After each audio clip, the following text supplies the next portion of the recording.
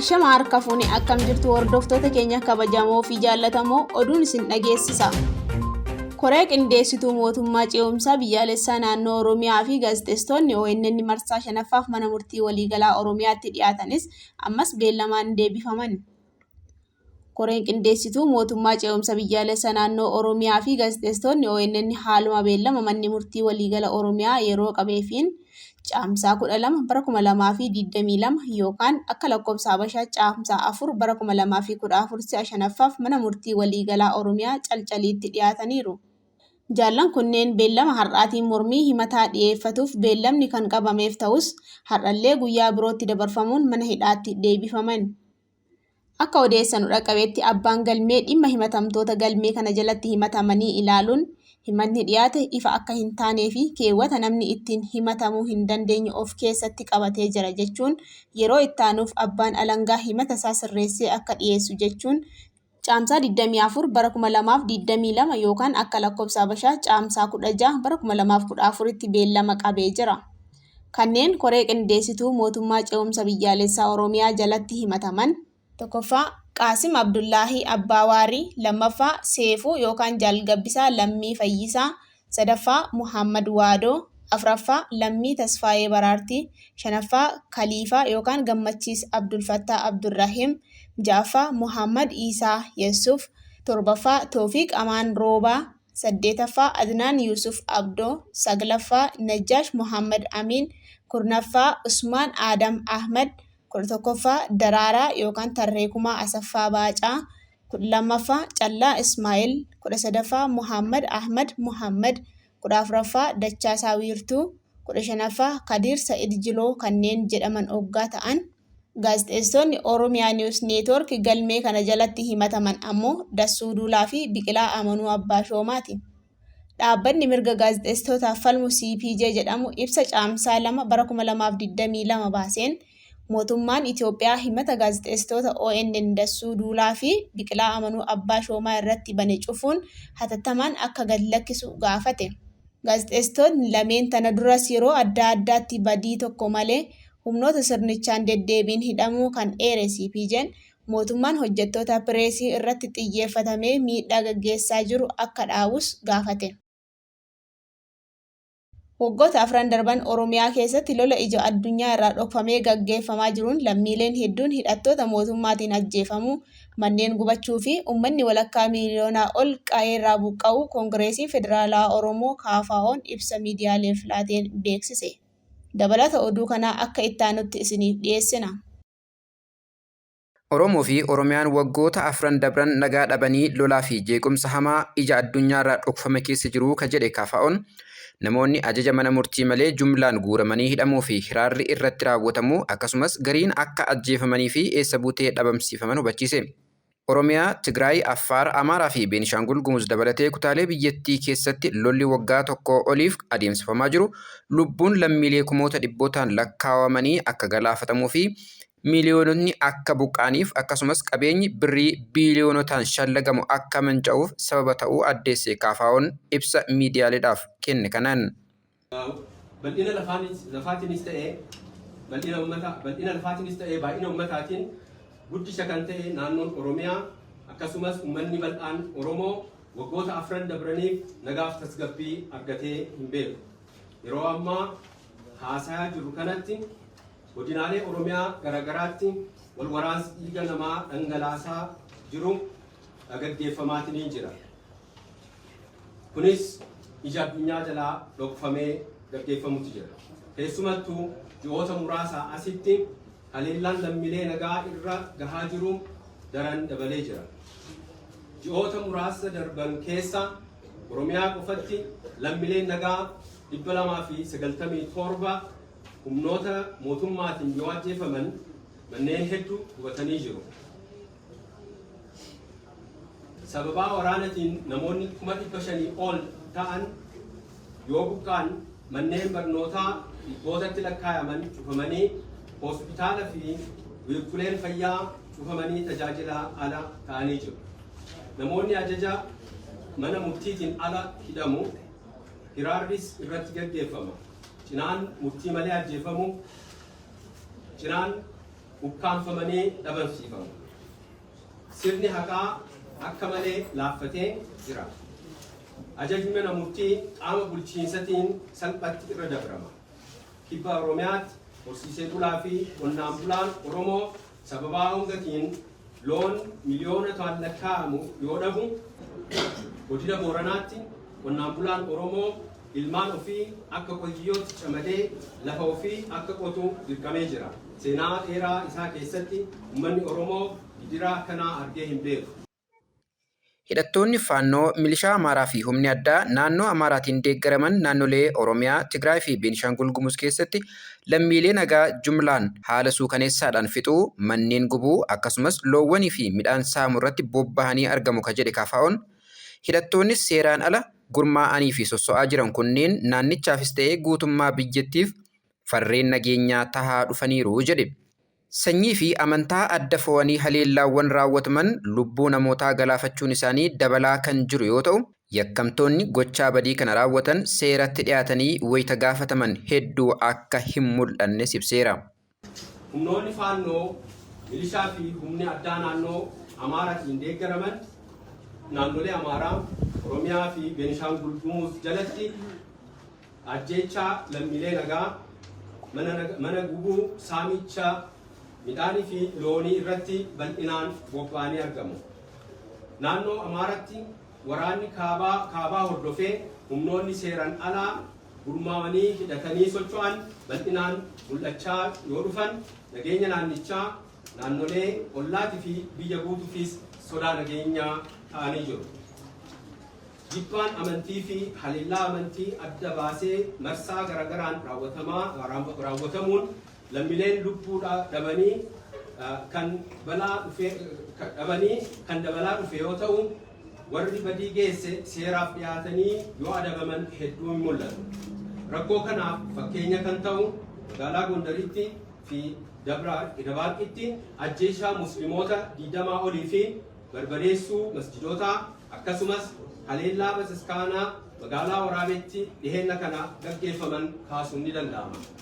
Walwaraansi daddaffiin dhaabbatee rakkoon jiru karaa marii siyaasaatiin akka furamuuf itti fuuleffatamuu qabaa jechuudhaan ka gaafate Koongiresiin Federaalawaa Oromoo ajjeechaa humnoota mootummaatiin raawwatamaa jiran balaaleffachuun qaama walabaan akka qoratamus gaafateera. Walwaraansi yoo furmaata hin argatin gaaga'amni siyaasaa fi kufaatiin diinagdee biyyattii daran hammaataa fi walxaxaa deemuun isaa hin hafu. Kufaatiin siyaasaa biyyaa, walwaraansi fi kufaatiin diinagdee kallattiin kan wal qabatanii fi walitti hidhama qabanidha.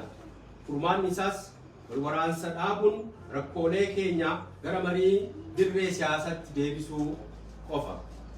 Tarsiimoo ce'umsa siyaasaa marii irratti hundaa'e dursee qophaa'uu dhabuun, paartiin biyya bulchuun heera cabsee filannoo dabarsuun, carraan jijjiiramaa fi ce'umsaa qisaasamuu fi olamuun isaa gara walitti bu'iinsa siyaasaa olaanaa akka deemuu fi dhuma irratti walwaraansa ammaa uumee jira. Walwaraansi kunis kufaatii diinagdee keessa jirru dhalee jira. Akka KFO'tti jalqabumarraa waraanicha kan balaaleffanne yoo ta'u, gareen hundi gara marii nagaa akka dhiyaatan yaamaa turre. Garuu gurra nu dhagahuu hin arganne. Burqaan bu'uura waraana kanaa aadaa siyaasaa boodatti hafaa, garaagarummaa siyaasaa humnaan furuu keessaa bahuu hin danda'aminidha. Ajjeechaa lammiilee nagaa Oromiyaa fi iddoowwan biyyattii adda addaatti humnoota mootummaatiin dabalatee raawwatamaa jiru cimsinee balaaleffanna. Haleellawwan amantaa fi eenyummaa sabaa dahoo godhatee raawwatamu kamuu ni balaaleffanna. Ajjeechaa jumlaa lammiilee nagaa irratti Oromiyaa fi naannolee biyyattii adda addaatti dhiheenya kana raawwatamanii fi raawwatamaa jiran qaama idil addunyaa bilisa ta'een akka qulqulleeffamanii fi yakkamtoonni seeraaf akka dhiyaatan gaafanna. Dabaluudhaanis hooggansa olaanoo KFO fi adda bilisummaa Oromoo ABO dabalatee hidhamtoonni siyaasaa hundi hatattamaan akka hiikaman jechuudhaan gaafate. Dhimmi Koongiresiin Federaalawaa Oromoo KFO'n ibsa miidiyaaleedhaaf laate kanaan irratti fuuleffate biraan ammoo waa'ee marii biyyoolessaa yoo ta'u, Rakkooleen biyyattii hammacaa jiran sababaa abbaa irrummaa fi ofittummaa murna PPtiin ta'uu kan ibse KFO'n mariin biyyaalessaa rakkoo hammaataa fi walxaxaa biyyattiin keessa galteef furmaata filannoo biraa hin qabnedha jedhe. Hooggansa olaanoo KFO fi ABO dabalatee hidhamtoonni siyaasaa hundi akka hiikamanii qaama adeemsa siyaasaa nagaa akka taasifaman irra deebiin gaafanna. Lammaffaa biyya teenya baraaruuf marii biyyoolessaa dhugaa furmaata filannoo hin qabne ta'uusaa. Rakkooleen keenya hedduu fi walxaxaadha. Humna paartii biyya bulchaa jirus ta'e garee siyaasaa tokko ol. Qabatama amma jiruun paartiin biyya bulchuu fi faatii hamaa bulchiinsa biyyaa irratti isa mudate haqummaan amanee fudhachuun carraa biyya baraaruu uumuun isarraa eegama. Kana gochuuf immoo karaan filannoo hin qabne marii biyyoolessaa hunda galeessaa dhugaa kan qaama walabaa fi amanamaa ta'een gaggeeffamu deeggarsa uummata bal'aa fi kan hidhatanii mootummaa falmaa jiran dabalatee humnoota siyaasaa hunda hammate ta'uu isaa irra deebiin ibsina. Yeroo ammaa kana sochiin maqaa marii biyyoolessaatiin gaggeeffamaa jiru adeemsa qoosaa ta'uu bira darbee rakkoolee jiran kan daran hammeessu adeemsa balaa qabudha. Komishiniin jaaramees ta'e adeemsi isaa walabaas hirmaachisaas miti. Paartiin aangoo mootummaa to'atee barcuma amma qabatee jiru olitti akka yaaduu fi biyya baraaruu irratti akka xiyyeeffatu gaafanna. Adeemsas ta'e bu'aa marii biyyoolessaa kophatti to'achuuf godhu dhaabee ardaa siyaasaa akka banu gaafanna. Wal waraansa jidduutti mariin biyyoolessaa gaggeeffamu hin jiru. Kanaafuu qaamoleen wal waraanaa jiran hundi dhukaasa dhaabuun dhimma isaanii gara marii ardaa siyaasaa akka dhiyeeffatan gaafanna. Bu'aa siyaasaa yeroo gabaabaa caalaa yeroo bal'ifnee yaaduu hin dandeenye uummata keenyas gaaga'ama irraa oolchuu biyya keenyas kufaatii waliigala irraa baraaruu hin dandeenyu. Galatoomaa Koongireesii Federaalaa Oromoo caamsaa 4/2014 akka lakkoofsa Itoophiyaa Finfinnee.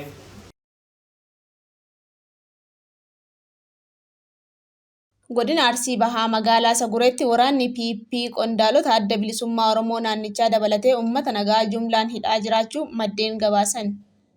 Godina Arsii Bahaa Ona Digaluuf Xiijoo magaalaa Sagureetti waraanni murna PP caamsaa 9 bara 2022 gaafatamaa siyaasaa adda bilisummaa Oromoo Saguree Jaal Ayyuub Nuuroo badii tokko malee ukkaamsuun hidheera.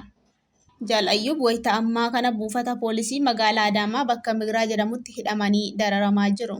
Caamsaa 11 bara 2022 ammoo godinuma kana Ona Zuwaayee Dugdaatti qondaalaa fi itti gaafatamaa waajjira adda bilisummaa Oromoo Ona Zuwaayee Dugdaa Jaal Huseen Uttuyyuu mana jireenya isaaniitii qabuun waajjira poolisii Ona Zuwaayee Dugdaatti hidhan. Jaal Huseen Uttuyyuu kana duras badii tokko malee baatii 6 hidhamuun ji'a tokko dura akka gadhiifame maddeen ibsaniiru. Ilmi isaanii hojii dhuunfaatiin of jiraachisu Abbittii Huseenis Eebla 28 bara 2022 humnoota sirni faashistii kun bobbaaseen hidhamee dararamaa jiraachuu maddeen dabaluun gabaasan. Dhaabbanni Google afaan Oromoo tajaajila afaan hiikuu yookaan Google Translate keessatti dabaluu beeksise. Dhaabbanni Google tibbana afaan Oromoo dabalatee afaanota 24 tajaajila afaan hiikuutti dabaluu beeksisee jira. Kunis namootni afaan Oromoo afaanota adda addaatti hiikuu yookaan afaanota adda addaa gara afaan Oromoo deebisuun hiika argachuu barbaadan karaa tajaajila Google Translate argachuu danda'u jechuudha. Bara 2006 keessa afaanota addunyaa muraasaaf tajaajila afaan hiikuu laachuu kan eegale Google Translate kanneen haaraatti dabalaman 24 walitti wayita ammaa kana afaanota addunyaa kanarra jiran 133 oliin tajaajila laachuu irratti argama.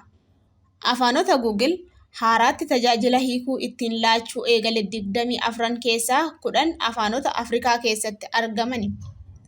Itoophiyaa fi biyyoota baha Afrikaa hedduu keessatti kan haasawamu afaan Oromoo, biyya Maaliitti kan haasawamu Baambaaraa, Gaanaa fi Toogootti kan haasawamu afaan Eewee, Seeraaliyoonitti kan haasawamu Kiriyoo, Riippaabilika Dimokiraatawaa Koongoo dabalatee kutaalee jiddugala Afrikaa hedduu keessatti kan haasawamu afaan Lingaalaa, Ugaandaa fi Ruwaandaatti kan dubbatamu Lugaandaa, Itoophiyaa fi Eertiraatti kan dubbatamu afaan Tigiriinyaa, biyya Gaanaatti kan haasawamu afaan Tiwii, akkasumas biyya Afrikaa Kibbaatti kan haasawaman afaanota Seeppeedii fi Tsoongaadha.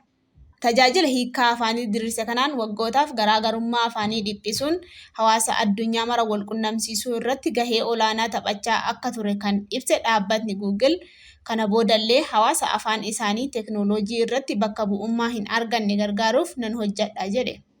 Afaanotni amma dabalaman kun boqonnaa teeknooloojii olaanaa akka agarsiisan kan ibse dhaabbatichi moodeela maashinii fakkeenyaan ala hiikuu danda'u akka fayyadame eere. Kunis afaanota nama kompiitara leenjisuu fi hiikaa sassaabee gara kuusaatti isaaniif galchuu hin qabneef ni gargaara jedhe. Haa ta'u malee teeknooloojiin tajaajila afaan hiikuu Google kun dogongora irraa bilisa akka hin taanee fi sirraa'aa akka deemu dhaabbatni Google ibseera. Hordoftoota keenya kabajamoo fi jaallatamoo, oduun keenya kanumaan raawwate nu hordofuu keessaniif galatoomaa.